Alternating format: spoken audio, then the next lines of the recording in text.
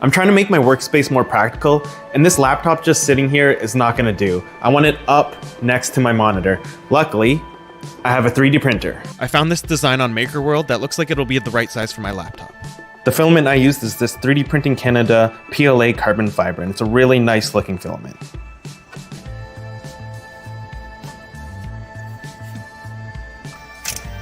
The prints turned out really nice. I love the look of that carbon fiber, and it should be strong enough to hold up my laptop. And here's the final results. I think this is gonna be way more functional now, and this is actually so stable, it barely even moves. And I'm thinking I might have to do something about this next. I'm just using a filament box right now to hold my monitor. And if you have any suggestions for improvements here, let me know in the comments.